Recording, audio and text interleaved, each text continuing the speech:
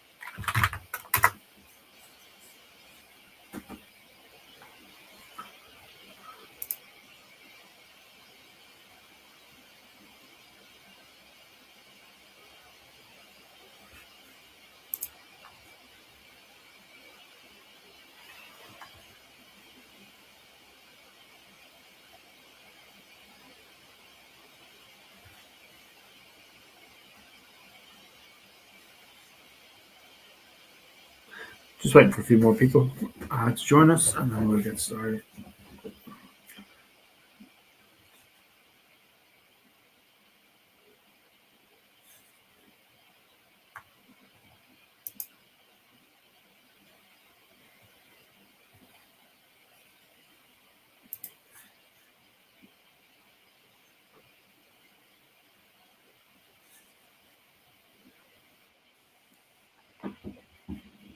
Here's Mariana there. Yep. Everybody. We'll give it a few more minutes and then we'll start, but I'm happy to introduce myself, I suppose. My name is Shane McCann. I am the PPC account director here in Legacy Communications. I have a number of years of experience working in paid search, both in different brands, in-house and everything. I'll hand over to my colleague Mariana, who will introduce herself, and then we can get cracking. Yeah. Thanks, Jane. Sorry, everyone. I was a bit late with the wrong URL, so that happens sometimes. So I'm Mariana. I've joined Legacy, I think back in September, but I have quite a few years in digital projects as a whole. I'd say about 15 years, and then more directly with SEO for about 10 years. Working in agencies, in house, so a bit of both. Happy to be here and to welcome all of you. Cool. I'll start with the presentation. I suppose one thing we want this to be is it's kind of, I suppose, a general chat on paid search, or sorry, general chat on search strategy as a whole. We've a number of, obviously we've outlined our experience and everything like that. One thing that we've noticed, I've definitely noticed this, is that PPC and SEO can be quite siloed within different agencies and in-house teams, and they can be viewed quite differently. There's obviously different, they're executed in different ways. One, you have to bid on traffic. The other one is more your kind of content orientated, and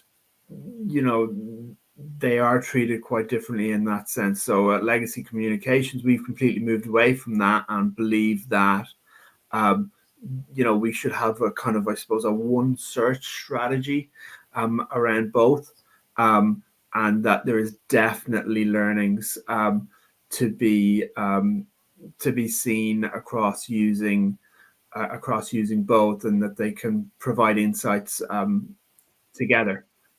So we're going to communicate that to you today, and we'd love to hear more feedback, kind of on there'll be questions at the end and everything like that too.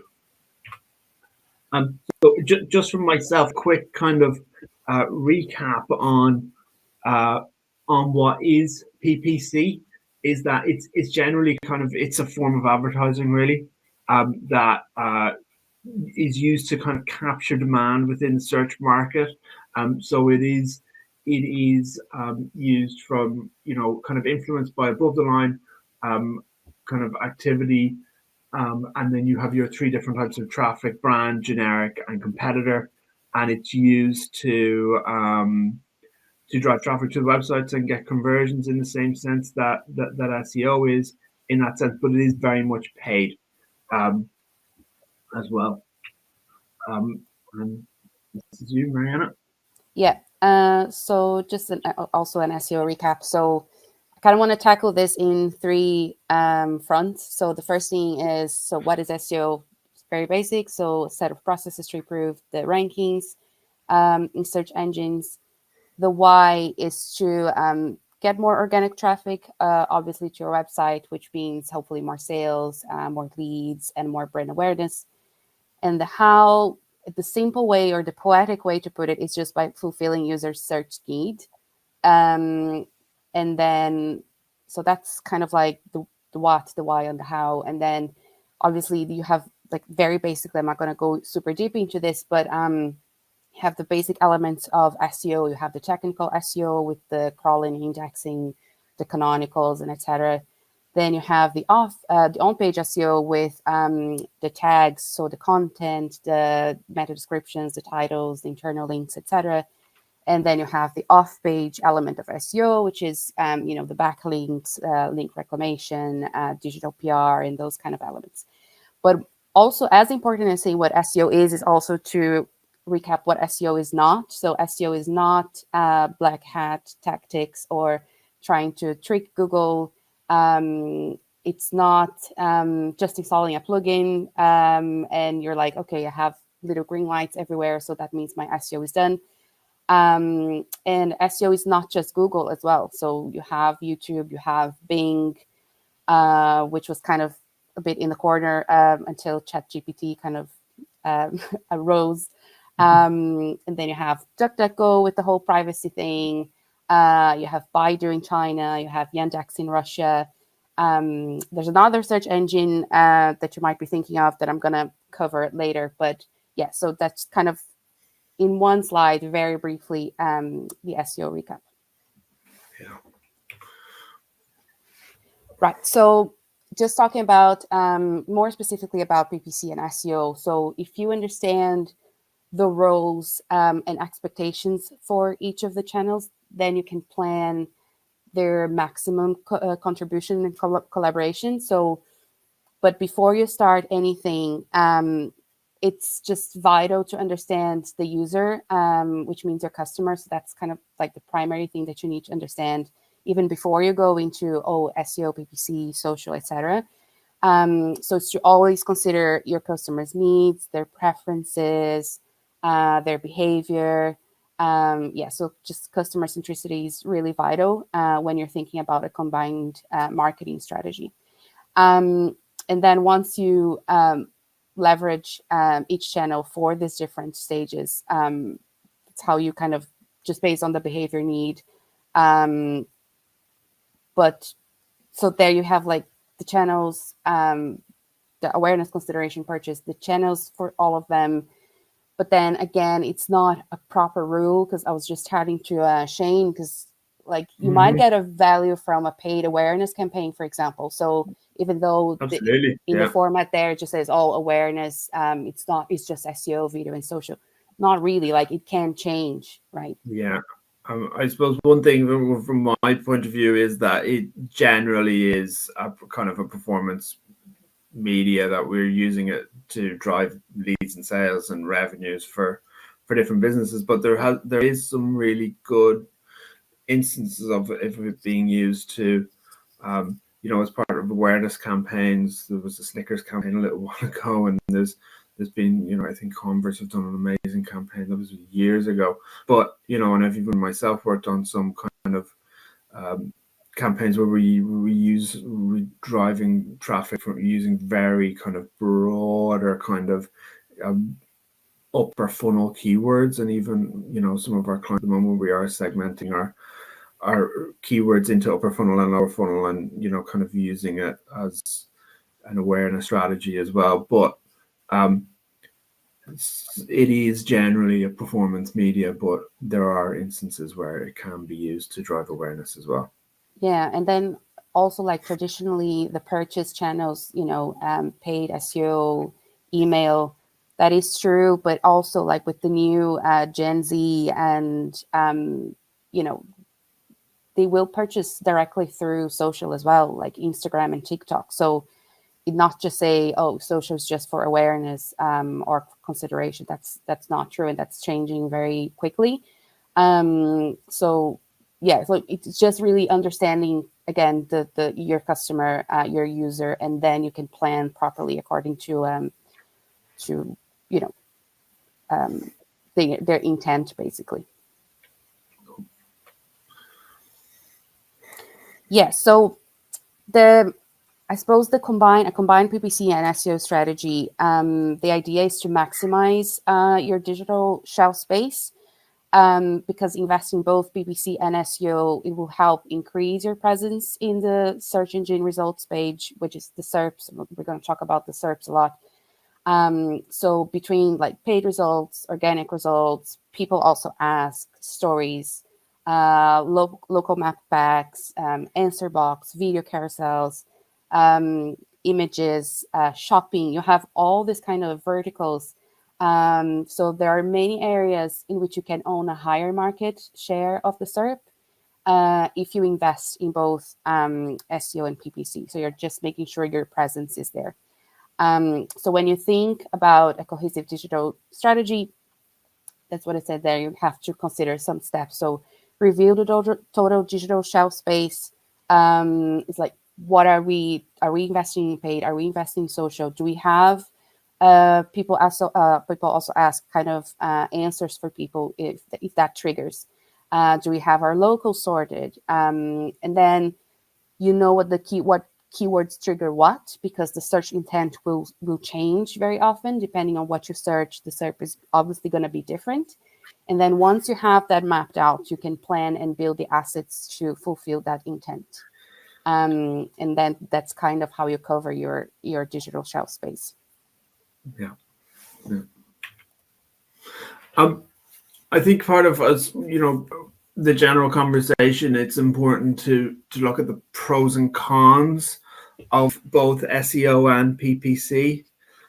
So from a PPC point of view, the pros are that it is very targeted advertising, you know, and we'll talk about this in greater length further on in the presentation, but we can get very kind of granular about where we show ads, you know, what search terms we're showing ads on. I know Google's made a number of different changes to the targeting, but in a general sense, you know, we can really kind of show ads on specific terms. It is faster than SEO, so we can get results quite quickly. We can get an ad up in a day, or, you know, a campaign live in a day or so, and start driving traffic immediately to your website. And there's a lot of flexibility and different strategies around the different audiences that we can use. Like, we can segment, you know, people that have already been to the website versus, you know, kind of people that haven't, and people that are interested in kind of in a general sense have been looking for, you know, are looking for reading content about, you know, the industry that you work in, or people who are homeowners, or, you know, people work in certain industries, etc., etc.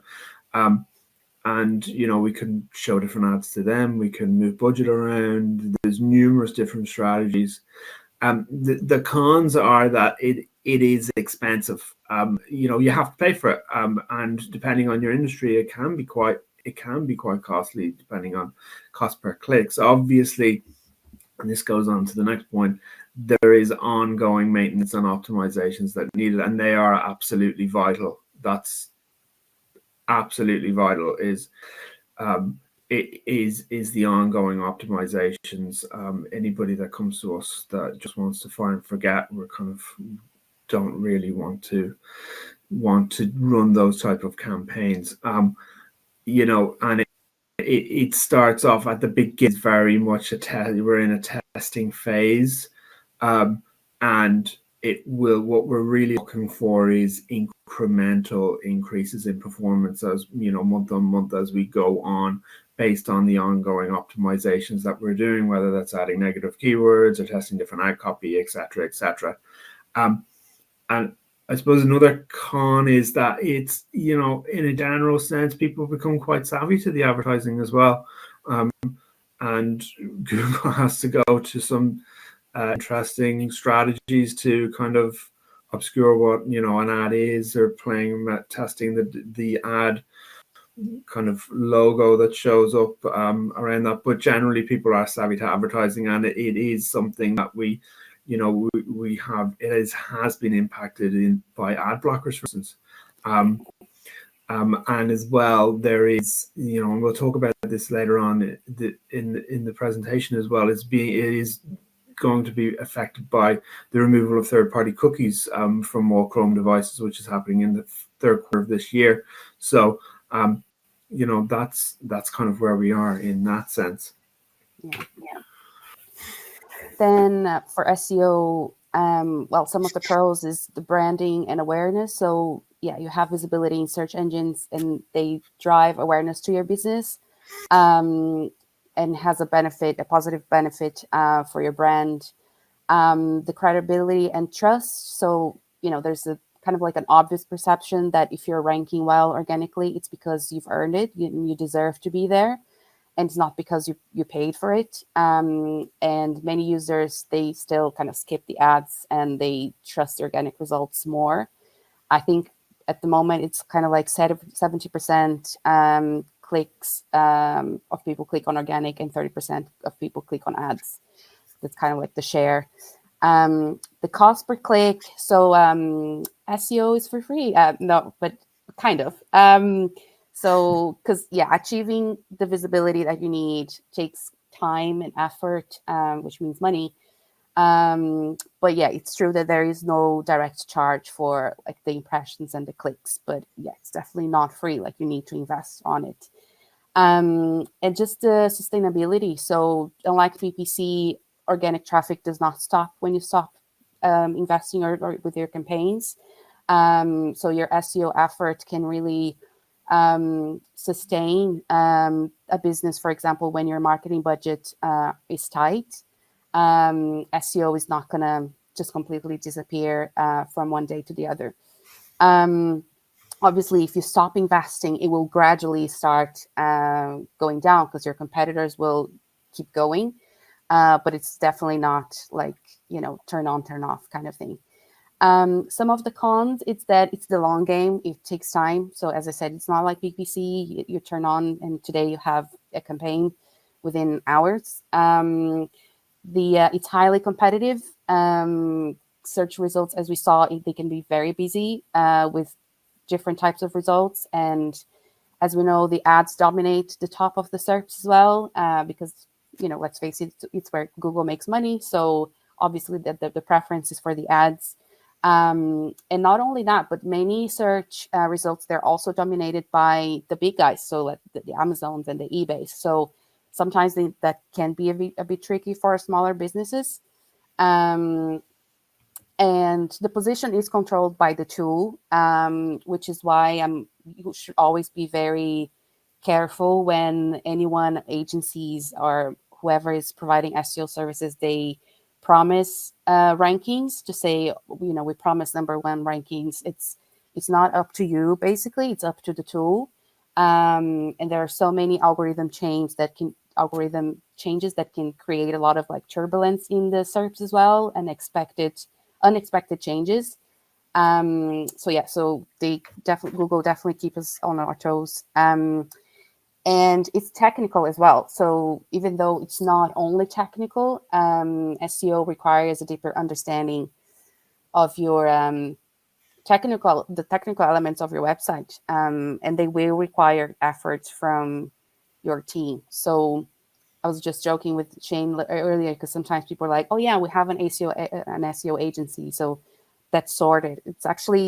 That's probably going to create more work for you, because you're going to have to keep changing and optimizing and tweaking things. So it's not like something that you hire and you think that's sorted. Though it will give you more work, but that's just the nature of SEO and what it is. We'll move on to, I suppose, best practice between both SEO and PPC. Yeah. So I'd say one of the probably the biggest thing that you can obviously take from benefiting from a PPC and SEO strategy is the collaboration on keywords. So, both SEO and PPC required an effective keyword research. When you share keyword insights and data, for example, the search terms report from PPC, that's something that maybe initially you didn't really consider for your SEO strategy. Yeah. And just yesterday we were, for a client, he's doing a new site. And, when we were doing the initial strategy for SEO, you get like the terms that you believe you should target and the search volume, for example. But then the problem with search volume is every tool will give you different type of search volume. So Ahrefs will have one type, SEMrush will have another one, Keyword Planner will have a different one. So the fact that you can use search terms report from PPC, it's actual data, it's real data from actual people searching for those terms. So it's not just not a random number, because you kind of can see a trend with those search volumes, but it's more real, I suppose. Yeah, go ahead. Yeah, I'm sorry. Yeah, and one thing I would say from the paid search point of view with the search time report is it's a report that is in flux a little bit at the moment. Google is, we've obviously seen changes to keyword targeting, so exact match is no longer exact match. There's a lot of your ads will show for multiple different things. And Google has also started to show less data within it. We've seen an increase in the number of clicks that they don't show a search term for. But in a general sense, it is a very good place to see which search terms are driving particularly conversion rates and high click-through rates, and then that can be used within an SEO strategy to see, okay, right, this is where we bread and butter, drive the most amount of leads. Let's try and dominate, or kind of even this is where we need to go a little bit. And if you look at if you combine the search console report as well, it's like this is where we're doing really well in SEO. So, or we need to kind of make up here in SEO. So let's put more money into paid search, basically, around in the opposite direction. Yeah, absolutely. And as you said, with Search Console, obviously it's a tool provided by Google to understand your organic performance. And I'd like to highlight two of those reports inside Search Console, which is the performance report, where you can have like the terms that are generating organic impressions and clicks to your website, to what pages, their CTR, the countries as well. There's an average organic position, even though that's kind of not as useful, I suppose, because it doesn't really paint the real picture of what the SERP looks like at the moment. It's just like an average. And also the experience report. So you have the Core Web Vitals showing how your pages perform.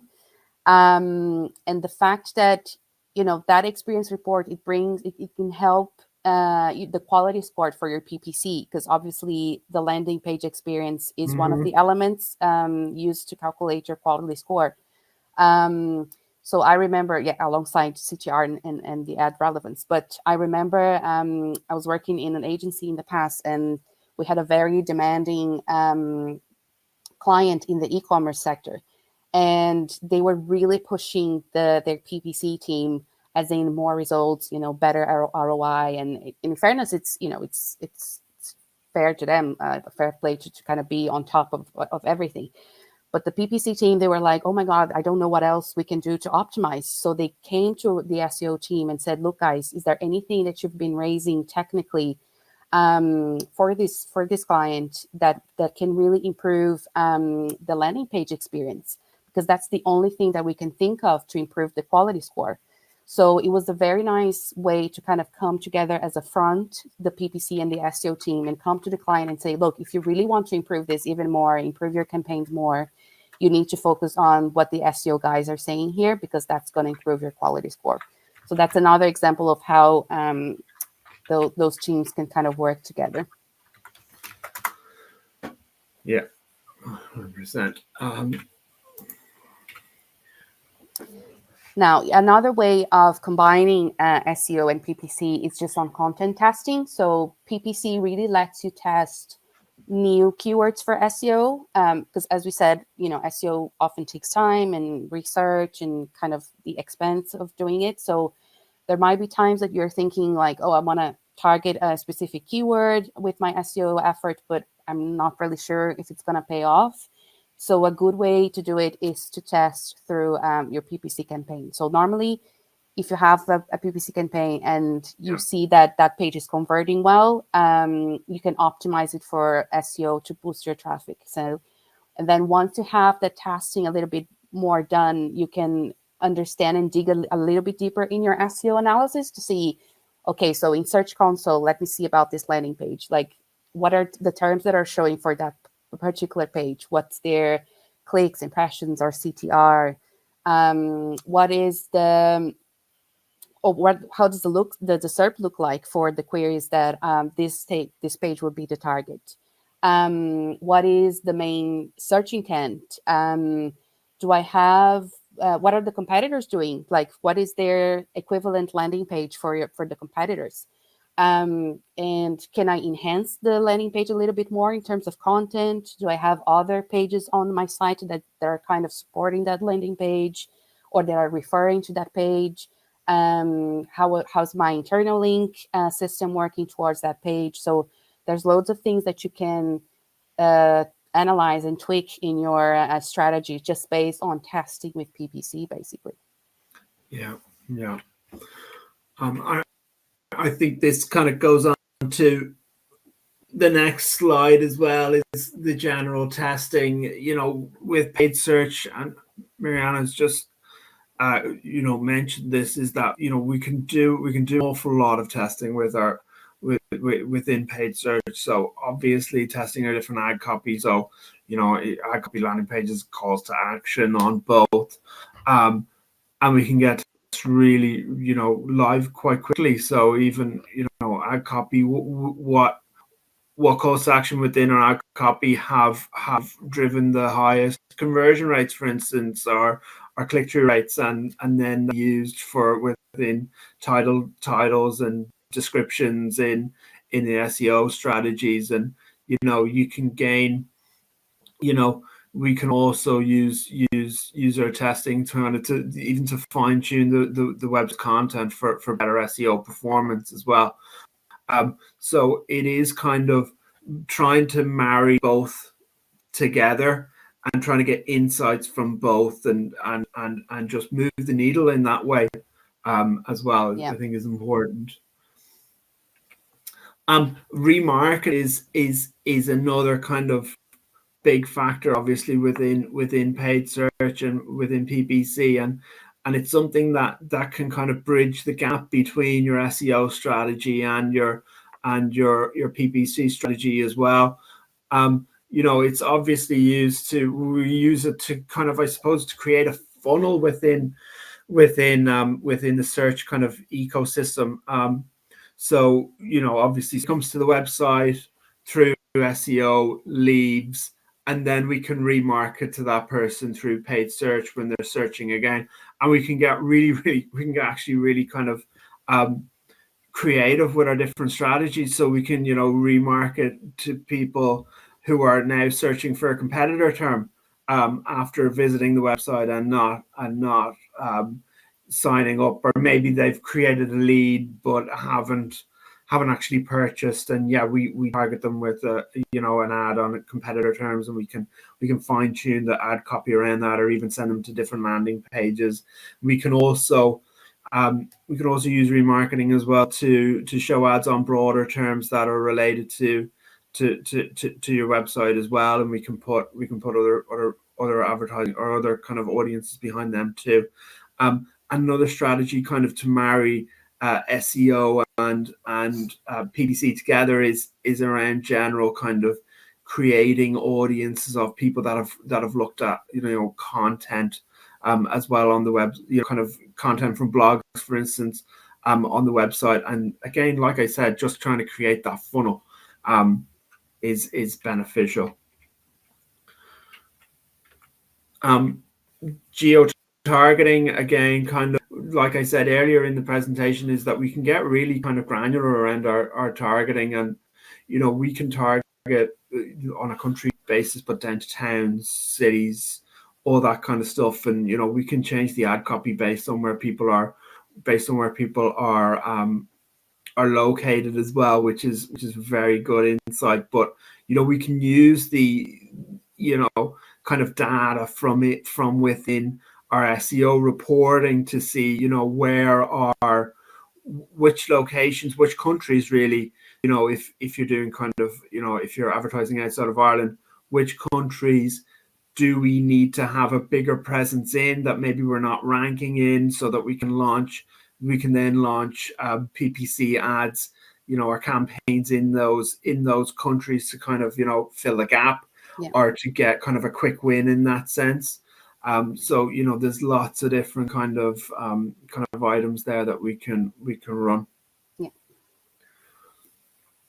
And as well, kind of using the audience. There is a lot of audience reporting within paid search as well that can be used within your SEO strategy. So Google has a very good reporting tool. Will give us a breakdown on which audiences, people that have maybe are interested in media and entertainment, or people that are kind of within home and garden, kind of in market audiences, for instance.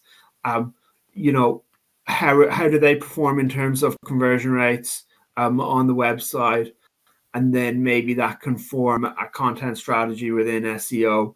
And there's a wealth of data as well within audiences that instead of relying on reporting within GA4, because this will show impressions as kind of what happens before the click, and people that haven't gone to the website. So it's very, I think it's very beneficial, this kind of reporting informing an SEO strategy. Yeah. There's also, I suppose, kind of the competitor insight is very handy for both SEO and PPC. We can use, we can obviously see who's bidding on the brand. So who are your real competitors, on your brand, on generic, and on, kind of competitor keywords within the search engine results page. And then that can be fed into your SEO competitor analysis as well. And I suppose and again we'll touch on this further, but there's always a big question around bidding on brands. So this gives a kind of, the Auction Insight report gives a good insight on who these actually are people bidding on your brand, and then how is that impacting your SEO results as well. Yeah, and I think just on the competitor as well, there's always like this, we need to make very clear that your online competitors are often different than your offline competitors. So sometimes we ask clients, oh, who are your competitors? And then they'll make this list of, very big brands that compete with them. But then when it goes to online, and when you actually check the SERPs, you might have this smaller player that for them offline, it's not really a threat, but online, they're doing a real good job in terms of their content or their blog, or just their page in general, and they're ranking really well. So sometimes clients will not consider them as competitors, but in the actual SERPs they will be a competitor. So it's nice to have that differentiation as well. Yeah, and I think this gives a this report is really kind of handy as well, and it gives a good insight on how much of the paid search kind of search market are they covering, in terms of impression share. So, how big of a presence do they have within the paid search space, and therefore how big of a threat really are they kind of in a general search environment as well, which I think is important. So yeah, we'll move on to start talking about some kind of more advanced strategies, and I suppose what's in store in, kind of coming up in the future for both SEO and PPC. So I think as in terms of kind of, and I talked about this, it is really important definitely from a paid search point of view too. And, obviously from a marketing point of view, really more so than anything to invest. It's where you're going to get, in terms of branded search, it's where you're going to get the highest conversion rates. And we do live in a world where competitors will bid on your brand. And I think it's very dependent on obviously the industry that you're in. So obviously, the big ones are insurance, banking, automotive, kind of the even B2B tech sectors, and there's are there people out there that are bidding on your brand and effectively hijacking your traffic and taking away from the efforts, even in an offline world that you've put into growing your brand as well. So even looking back at when we were talking about the search term report, it's really handy to see who is there, and you don't want to. This is just an example of an ad where the Send in Blue have come in and they're stealing this person's traffic as well.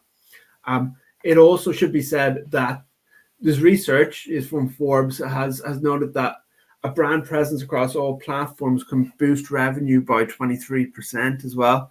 And I've seen good kind of research and testing that shows that a dual strategy across branded search you will see more clicks incrementally. It just gives you more space. You control the whole SERP, and you can ultimately drive more traffic.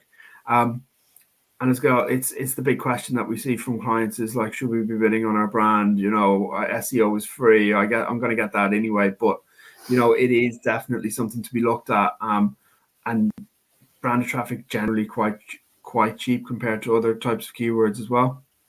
Yeah, and also like it's your chance to capture high quality leads. So it's people that are near the point of conversion as well. So because they already know your brand and they're looking for your brand. And I remember also there was a case of we had this client that was doing SEO with us, but they were doing PPC with another agency.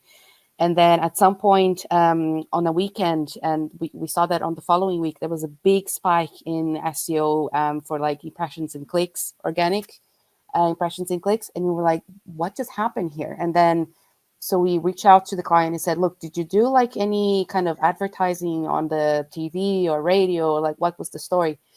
And it turned out that they ran out of budget, so they didn't plan very well the budget during the weekend, and they ran out of budget. And it was like during an important season. I think it was like the end of the year, so people were shopping for Christmas and etc. And organic kind of captured that was missing. So we're glad that the SEO was kind of there to pick it up, but at the same time, there was kind of like a missed opportunity there. So that's why it's important to invest in both, because then if SEO wasn't really doing its job, you would just have, missed a lot of sales basically because you didn't plan it properly. So yeah. And as well, like we can do with even on the paid search point of view, when we get down to like the audience level, we can pull audiences in from like YouTube, for instance.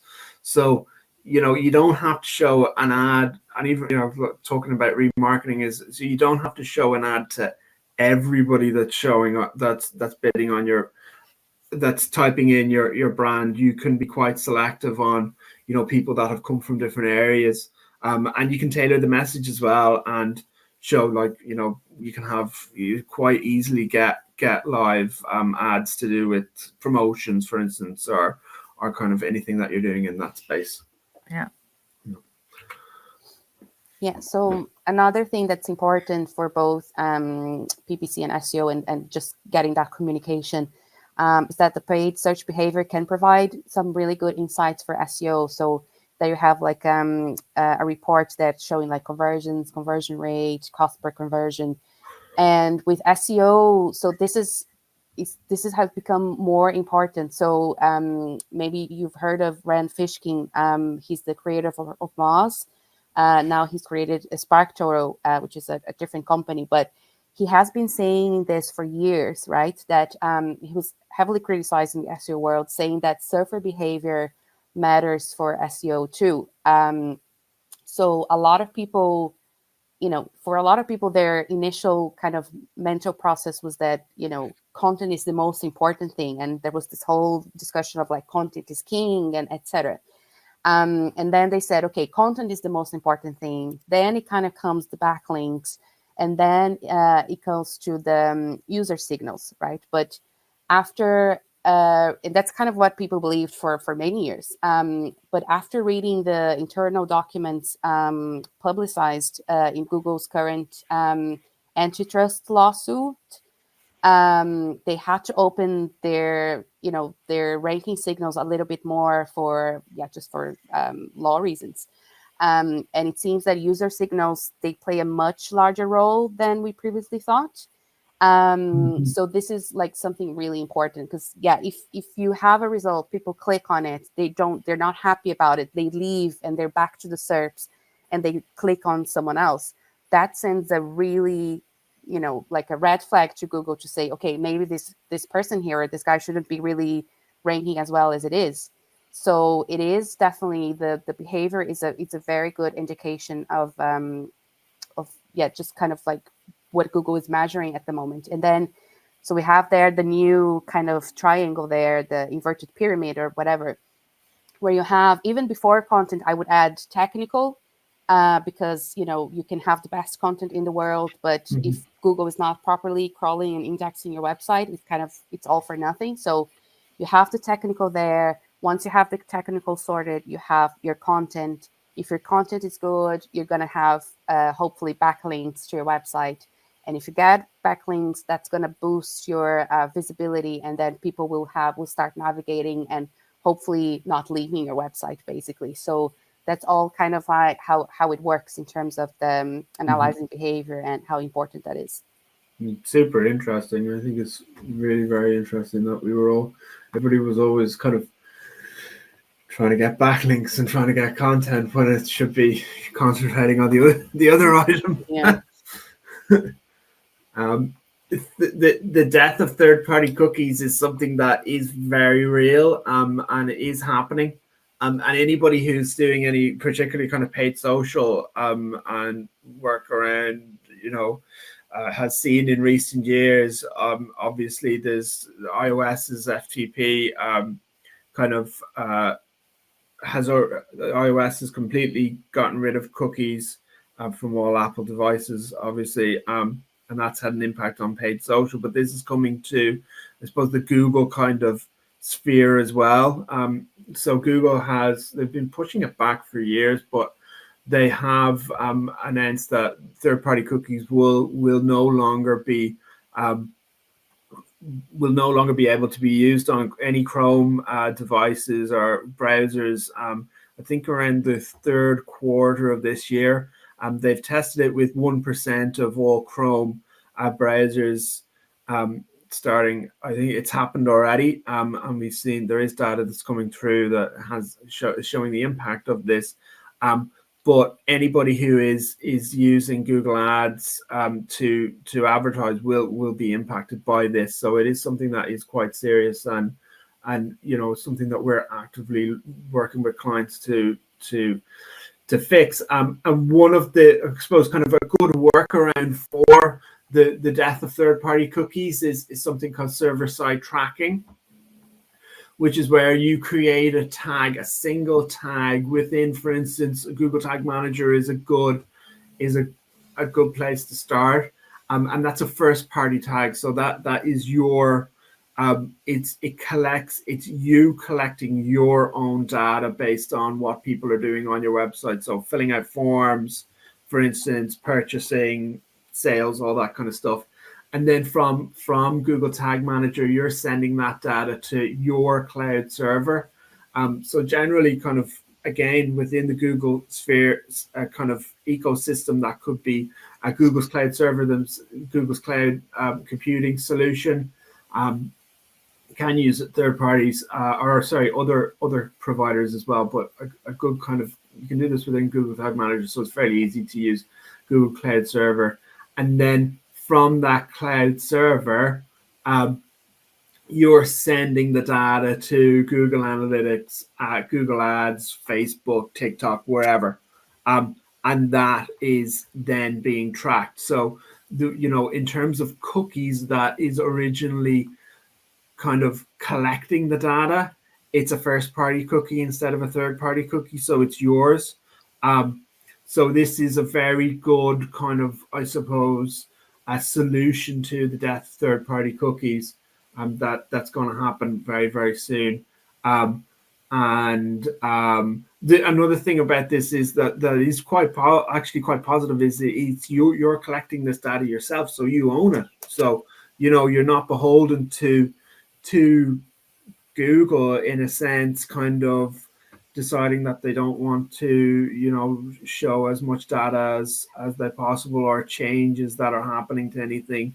And it's definitely a good workaround. Yeah. Another thing that you should be doing in relation to the removal of third-party cookies anyway is something called advanced conversion. So it's where you're within Google Ads, you're looking at you're collecting, somebody fills out the form on the website, and then you're collecting the GCL ID, which is the string in the URL that Google automatically puts that on. So you're collecting that when somebody fills out a form, and that's being put, kind of going into a CRM system, or even you're collecting it manually with a Google Doc or an Excel spreadsheet or something. Once sale is made, you input, how much of your products were bought, what the revenue was, and then you're uploading that to Google's interface, and it's saying from this click that led to that lead, and then that lead led to led to a sale, and that sale led to X amount of revenue. And it's really marrying the offline world with the online world as well, so that you can track sales, offline sales, from your Google Ads, and kind of just, and again, that's your data that you own as well. And then you can work that into a TROAS model or something like that, which can be quite beneficial too. Now, another thing that is going to impact the future of search, it's the search generative experience. And I put a question mark there at the end, but because I will explain. But basically, Google wants to use AI in all their products. That's very clear. Their idea with the whole machine learning is that they want to establish connections between pieces of information, just like a human brain does. So to think like a person. And so, we've always said, oh, with Google, it's mobile first, but it's actually machine learning first. And then, so they launched the search generative experience there, which is the image on the left. And, there's potential new opportunities for content discovery, changes in ad formats, the potential impact on organic search traffic, mostly because there's going to be a lot of zero-click answers. Mm-hmm. So if you see the image on the right there, that's kind of like how it's it is or was planned to look like. So you have a lot more space for paid there. So this is the first image is how it is at the moment, and then the second is how it would look like. So we have a lot of more space for paid and for ads, obviously, because I said it's where Google makes money. So then you have more Google all around, basically, which is, they don't want you to leave Google, the search result page. So it's a zero-click page, basically, or sections with 0 clicks. And that's going to impact organic. So as you can see there's a massive change of organic to Google there. You just kind of stay on their page. So yeah, pretty much getting your organic sorted it's even more crucial than ever. But the reason why I put the question mark is because last week Google made an announcement around SGE that says, we'll continue to offer SGE in labs as a test bed for bold new ideas. Yeah. So that kind of make people question, like, wait a minute, so is this happening? Will it happen after all, or will it happen anytime soon? If it happens, will it be with the same form and shape that we're kind of expecting now? So that kind of raised a lot of questions with people. And to be fair, like the whole search generative experience generated, criticism around SEOs, not only because you're losing a lot of the organic space, but they're saying, why would you mess with something that's working and it's winning? They should keep like the KISS model, which is keep it stupid simple. Like keep it as it is. Like, just, you have the results, you have the ads, you have organic. Why are you trying to mess with this? And then it kind of ties into the last slide, which is what's happening as well with TikTok and as a search engine and all these changes with ChatGPT and everything that's happening. So, and also, like, I'm just highlighting TikTok here, but there's more things coming up, like the connected TV, and you have like Netflix, Disney Plus, Paramount, and all these other channels that are bringing ad formats as well. In particular, Amazon Prime, where you have the option to buy from the connected TV directly from Amazon. So there's lots of things happening there. But to be fair, like, the dominance of Google as a search engine is kind of being threatened. And we have several things like Pinchai in Google. He took tons of his shares out of Google. Their products are kind of more reactive than pioneering. And as I said, like, they started talking more about AI once ChatGPT came along. They're making lots of redundancies. So there's the generation, the Gen Z, that are using TikTok as search engine for not only for research but for conversion as well. So it's actually pretty exciting times for SEO people, because things are changing. And to be fair, like, SEO was never really just optimizing for Google's search quality guidelines, because, as I said, you have other search engines, but this is actually becoming more and more the case. So as I say, you can see the last image there. It's like you already have like SEO guidelines for TikTok. So yeah, you really need to kind of be prepared for what's coming. And yeah, as I said, exciting times. There will be a time that probably search marketing will no longer be a monopoly of Google. So we need to be prepared for that. Yes, that'll be great. That's it from us. We have a few minutes for questions. If anyone would like to put them in the chat box, I'll just make sure that it's enabled. If anybody has any questions that they'd like to ask, we have a few minutes left. And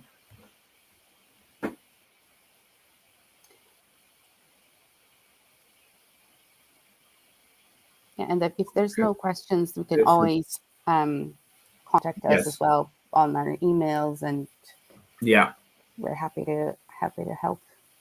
Both our emails are there, so if there's any questions, we are more than happy to help. Or if you want to talk about your paid search and SEO needs, again, we'd be delighted to help. Absolutely. Okay, guys, thank you so much. Bye-bye. Thank you all. Bye. Bye.